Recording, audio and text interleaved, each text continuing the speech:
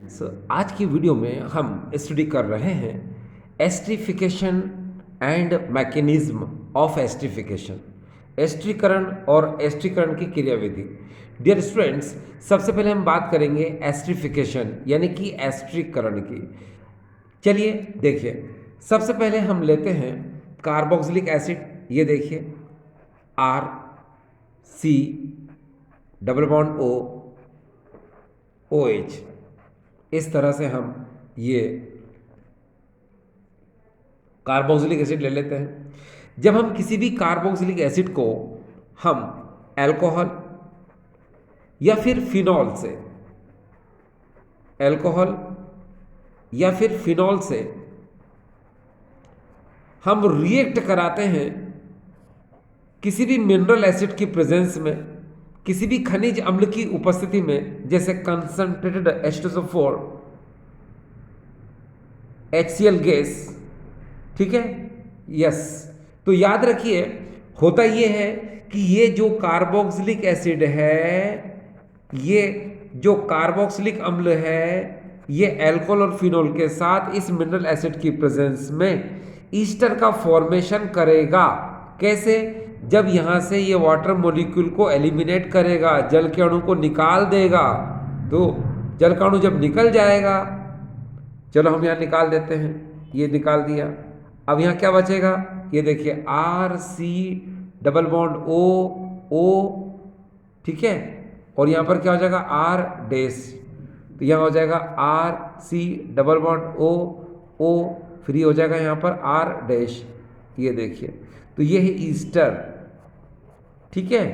और formation of जो Easter है, ईस्टर का निर्माण जो होता है, इसी को हम लोग बोलते हैं एस्ट्रिफिकेशन यानी कि एस्ट्रीकरण, ठीक है।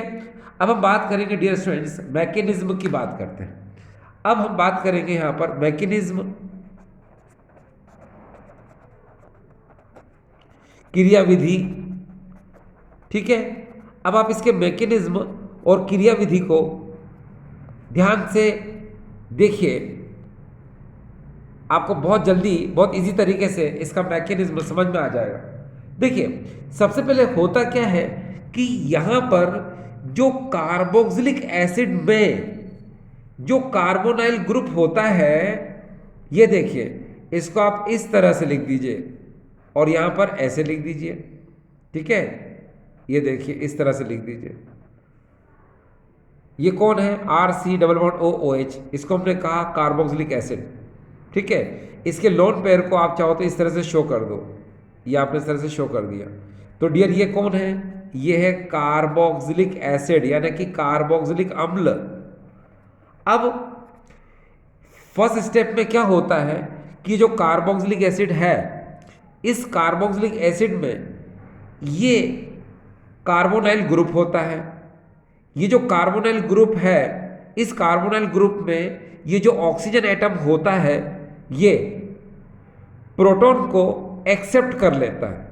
यानी कि इस कार्बोनाइल ग्रुप पर, इस कार्बोनाइल समूह पर ये जो ऑक्सीजन एटम है, यहां पर प्रोटोनेशन करते हैं हम।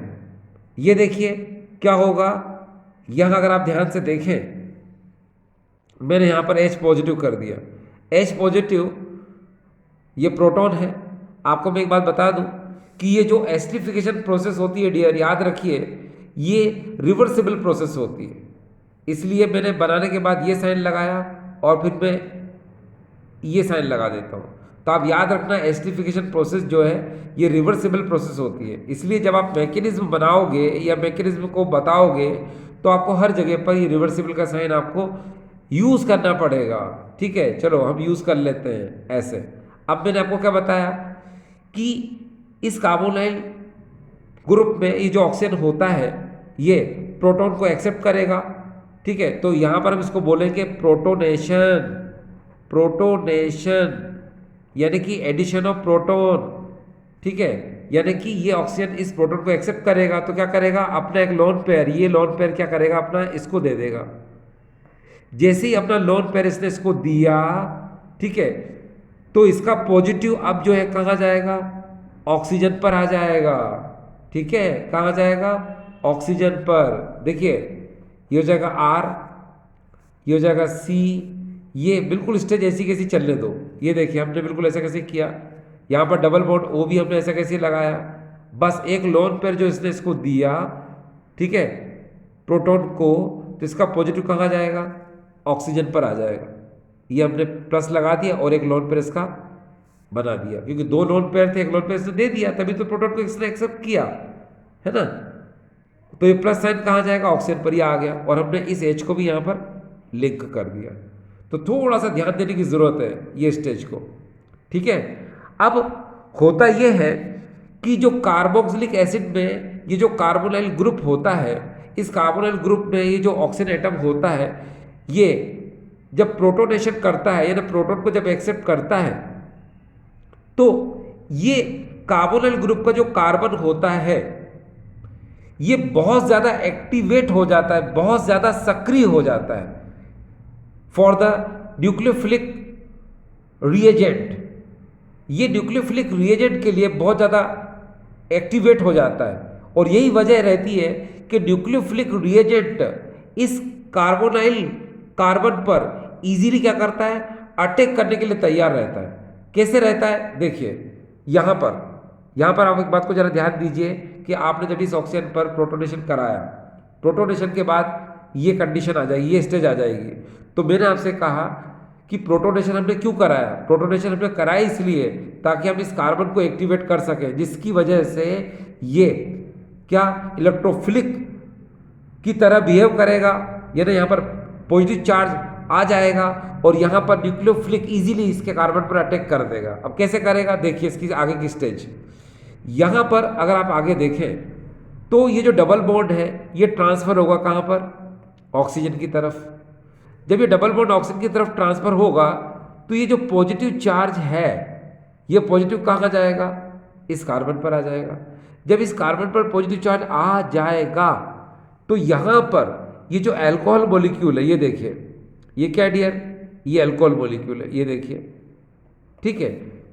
तो आपको पता है कि इस अल्कोहल मॉलिक्यूल को अगर आप ध्यान से देख रहे हो तो ये अल्कोहल मॉलिक्यूल एक न्यूट्रल मॉलिक्यूल है, एक उदासीन अणु है जिसका ऑक्टेट कंप्लीट है, जिसका अष्टक पूर्ण है, और ये लुईस बेस की तरह, लुईस क्षारक की तरह व्यवहार करता है। इसीलिए ये न्यूक्लियोफाइल है, ये नाभिक इसलिए अभिकर्मक है, और यही वजह है कि इसका ऑक्सीजन एटम जो होता है वो इसके कार्बन पर क्या कर देता है, अटैक कर देता है। देखो मैं अटैक यहाँ से करा देता हूँ, ये देखिए, ये अटैक करा दिया मैंने यहाँ पर, ठीक है। तो अब इसके आगे की स्टेज जो है हम कहाँ लिख रहे हैं, ये देखिए रिवर्सिबल का साइन हम यही बना देते हैं, ये देखिए ये साइन बना दिया। इसके आगे का स्टेज इधर है, तो अब यहाँ पर क्या होगा, देखिए यहाँ पर होगा R, यहाँ पर होगा C, और ये OH को मैंने अब नीचे लिख लिया इस तरह से, ठीक है। और यहाँ पर अगर आप ध्यान से देखें, जैसे ही बॉन्ड ऊपर की तरफ गया था तो प्लस यहाँ आया था, प्लस यहाँ आने की वजह से ये ROH में ये जो ऑक्सीजन एटम होता है, जब इसने अटैक किया तो इसका पॉजिटिव कहाँ जाएगा, इसके ऑक्सीजन पर आ जाएगा।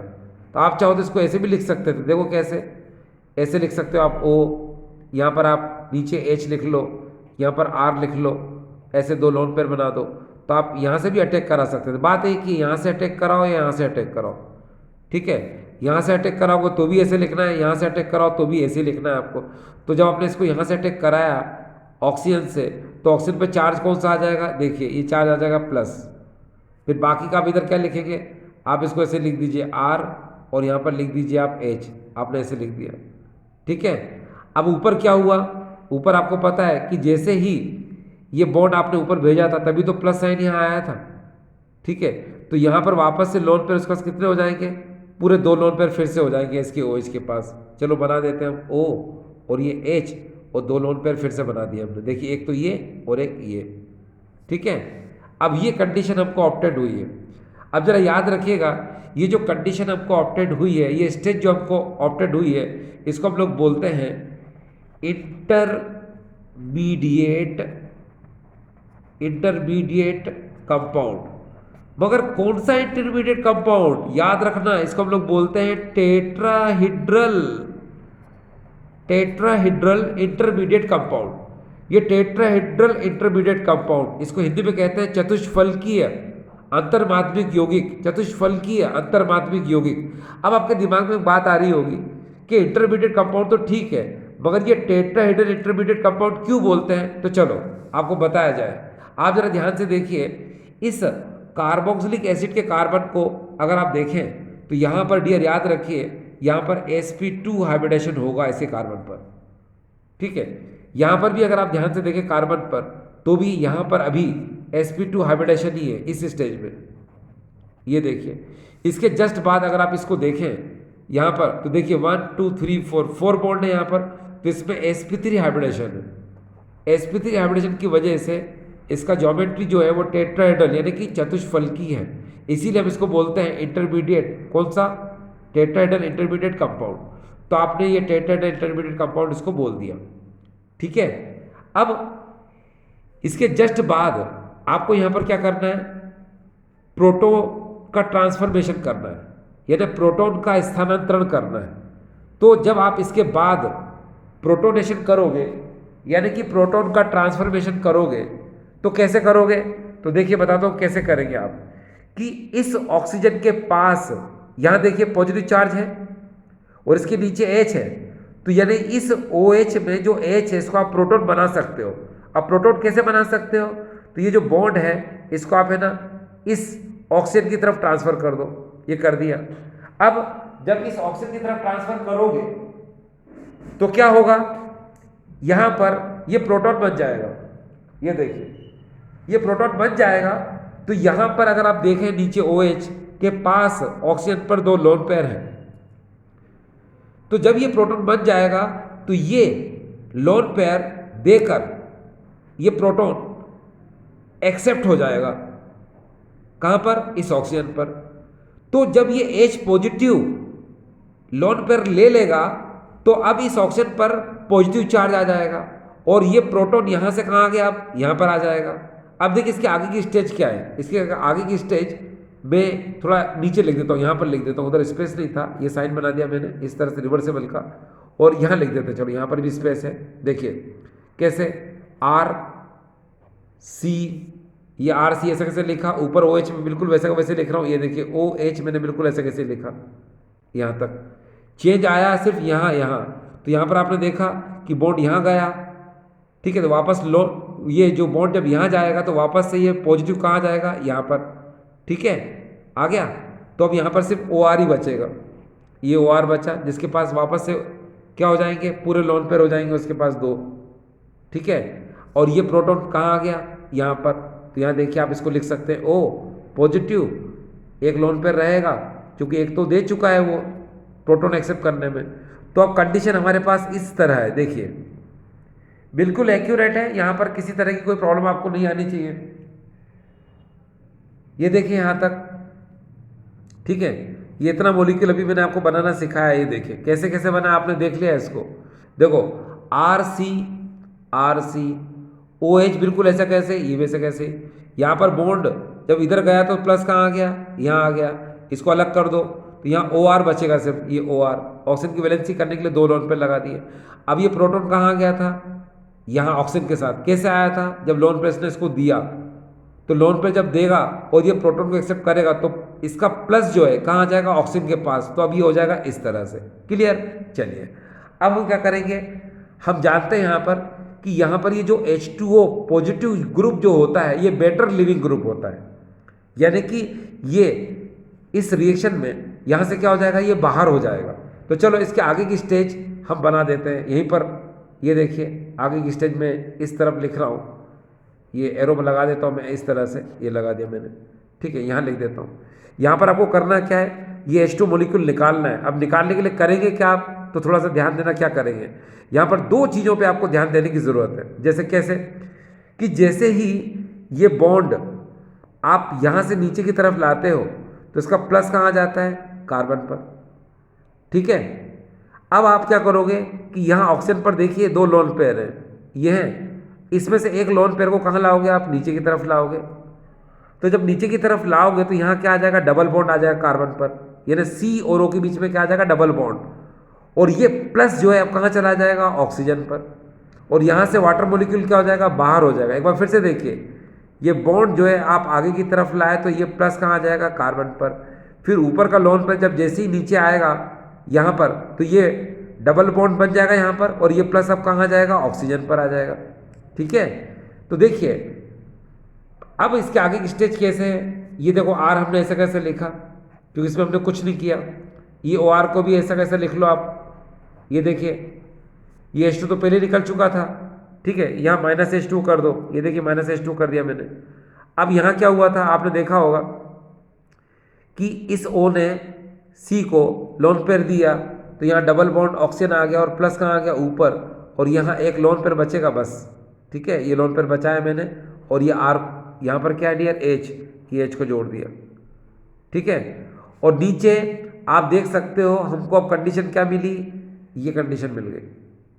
ये कब मिली, जब ने वाटर मॉलिक्यूल को यहाँ से बाहर कर दिया तब। अब इसकी आखिरी स्टेज बची है जिसको आप देख सकते हो, जिसमें हम डीप्रोटोनेशन करेंगे, यानी प्रोटॉन को हम बाहर निकालेंगे। तो देखो प्रोटॉन को बाहर कैसे निकाला जा सकता है, तो उसके लिए एक रीज़न है। आप जरा ध्यान से देखो कि ये बॉन्ड है, इस बॉन्ड को आप आगे ऑक्सीजन की तरफ ट्रांसफर कर दो तो ये पॉजिटिव कहाँ जाएगा, H पर, तो ये प्रोटॉन बन जाएगा, और प्रोटॉन बनकर क्या हो जाएगा, बाहर निकल जाएगा। चलिए, तो एक और रिवर्सिबल हमने साइन बनाया, और माइनस H पॉजिटिव, यानी प्रोटॉन को हमने निकाल दिया। अब यहाँ क्या बचेगा, देखिए यहाँ बचेगा R, ये C, डबल बॉन्ड O, और यहाँ हो जाएगा डियर OR। ये देखिए ये ईस्टर का क्या हो गया, फॉर्मेशन हो गया, ईस्टर का क्या हो गया, निर्माण हो गया। तो यहाँ लिख दीजिए नीचे ईस्टर, ये आपने लिख दिया ईस्टर। तो इस तरह से आपने देखा क्या कि ये एस्ट्रिफिकेशन का मैकेनिज्म था। ठीक है, ये काफ़ी इजी है, आपको समझ में आया होगा। ठीक है, एक बार मैं फिर से इसको रिवाइज कर दूं, आपको समझ में और अच्छे से आ जाएगा। देखिए RC डबल बॉन्ड OH ये कार्बोक्सिलिक एसिड है, इस में देखो ये CO ये कार्बोनाइल ग्रुप होता है। इस कार्बोनाइल ग्रुप में ये जो ऑक्सीजन है ये प्रोटॉन को एक्सेप्ट कर लेता है, यानी कि इस ऑक्सीजन पर प्रोटोनेशन हो जाता है, जिसकी वजह से जब प्रोटोनेशन यहाँ हो जाएगा तो हमको क्या, ये देखिए क्योंकि इसने लोन पेयर दिया तो यहाँ प्लस साइन आएगा। ये देखिए अब जब ये प्रोटोनेशन हो जाता है तो कार्बोनाइल ग्रुप में जो कार्बन होता है इस पर इजीली न्यूक्लियोफिलिक रिएजेंट अटैक कर देता है, क्योंकि प्रोटोनेशन हमने कराया इसलिए था ऑक्सीजन पर ताकि इसके कार्बन पर न्यूक्लियोफिलिक रिएजेंट इजीली अटैक कर सके। ठीक है, अब ये अल्कोहल जो कि न्यूक्लियोफिलिक रिएजेंट है, नाभिक इसने अभिकर्मक है, इस ROR को आप ऐसे भी लिख सकते हो, ये देखो ORH, यहाँ से अटैक कराओ यहाँ से अटैक कराओ एक ही बात है। ऑक्सीजन जब अपना लोन पेयर देगा कहाँ पर, इस कार्बन को, तो क्या होगा कि जैसे ये बॉन्ड यहाँ से यहाँ गया था तो प्लस यहाँ आया, फिर इसने लोन पेयर दिया तो प्लस किसके पास आ जाएगा, अब ऑक्सीजन के पास आ जाएगा। देखिए इसके आगे की स्टेज क्या है, अगर आप ध्यान से देखें इसके आगे की स्टेज, तो इसके आगे की स्टेज जो मैंने बनाई थी वो आपको पता है, ये है इसके आगे की स्टेज, ये देखिए ये आगे की स्टेज। ठीक, तो यहाँ देख सकते हैं आप ये आगे की स्टेज। ठीक है, अब यहाँ पर आपने क्या देखा कि जैसे ROH में से ऑक्सीजन ने लोन पेयर दिया तभी तो इसका पॉजिटिव यहाँ पर आया, तो ये देखिए ये आ गया। अब आप क्या करोगे, यहाँ पर इसको हम लोग बोलते हैं टेट्राहेड्रल इंटरमीडिएट कंपाउंड। क्यों, क्योंकि यहाँ पर अगर आप ध्यान से देखें sp3 हाइब्रिडेशन है। अब क्या होगा, अब यहाँ पर देखिए कि प्रोटॉन का हम ट्रांसफॉर्मेशन करेंगे। क्या करेंगे डियर, प्रोटॉन का ट्रांसफॉर्मेशन करेंगे। ठीक है, आप यहाँ लिख सकते हो हेडिंग चाहो तो, ट्रांसफर ऑफ प्रोटॉन या प्रोटॉन ट्रांसफॉर्मेशन। ठीक है, तो यहाँ पर क्या हुआ कि ये जो OH के बीच में ये जो बॉन्ड है, ठीक है, इसको हमने आगे भेजा तो ये प्लस यहाँ आ जाएगा, यानी प्रोटॉन, ये प्रोटॉन यहाँ क्रिएट हुआ, उस प्रोटॉन को इस OH के ऑक्सीजन ने एक्सेप्ट कर लिया। ठीक है, तो आप प्रोटॉन को जब एक्सेप्ट करेगा तो ऑक्सीजन पर क्या आ जाएगा, एक लोन पेयर बचेगा और एक पॉजिटिव चार्ज इस पर आ जाएगा। तो अब हमको स्टेज कौन सी मिलेगी डियर, ये स्टेज मिली। आपको पता है यहाँ पर जो H2O है ये बेटर लिविंग ग्रुप है और किसी भी केमिकल रिएक्शन में इजीली बाहर हो सकता है, तो हम यहाँ पर 2 बार एरो मारते हैं। देखिए कैसे, देखना जरा ध्यान से कैसे, कि पहले ये लॉन पेयर आप देख रहे हैं, जैसे ही ऊपर से नीचे आता है तो सी और ओ के बीच में डबल बॉन्ड आ जाएगा। ठीक है, यहाँ इस कार्बन की वैलेंसी 5 हो जाएगी और 5 हो नहीं सकती है, इसलिए ये बॉन्ड आगे की तरफ चला जाएगा। तो ये पॉजिटिव अब सीधे कहाँ आ जाएगा, ऑक्सीजन पर। ठीक है, और ये H2 मॉलिक्यूल क्या हो जाएगा, बाहर हो जाएगा। देखो हमने H2 मॉलिक्यूल बाहर कर दिया, अगली स्टेज हमारे को मिली है। अब इस ऑक्सीजन पर आपको पता है पॉजिटिव चार्ज है, और आखिरी स्टेज में क्या होता है, डी प्रोटोनेशन होता है ना, प्रोटोन को हम त्यागते हैं, प्रोटोन को बाहर निकालते हैं। ठीक है, तो ये जो OH के बीच में जो बॉन्ड है, इसको हमने ऑक्सीजन की तरफ भेजा, तो ये पॉजिटिव यहाँ आ जाएगा, यानी प्रोटॉन बाहर निकल जाएगा। ये प्रोटॉन बाहर निकल जाएगा तो क्या बन जाएगा, ईस्टर बन जाएगा। ठीक है, आपने डियर एक चीज़ और देखी होगी कि किसी भी केमिकल रिएक्शन में, मैकेनिज्म में, अगर प्रोटॉन का अटैक होता है, यानी कि प्रोटोनेशन होता है, तो उसमें आपने देखा होगा कि डी प्रोटोनेशन भी होता है। ठीक है, समझ में आ रहा है ना आपको? यस। तो डियर स्टूडेंट्स, आपने जो अभी आज मुझसे पढ़ा, ये था mechanism of esterification. I hope dear students आपको ठीक लगा होगा। ठीक है, थैंक यू।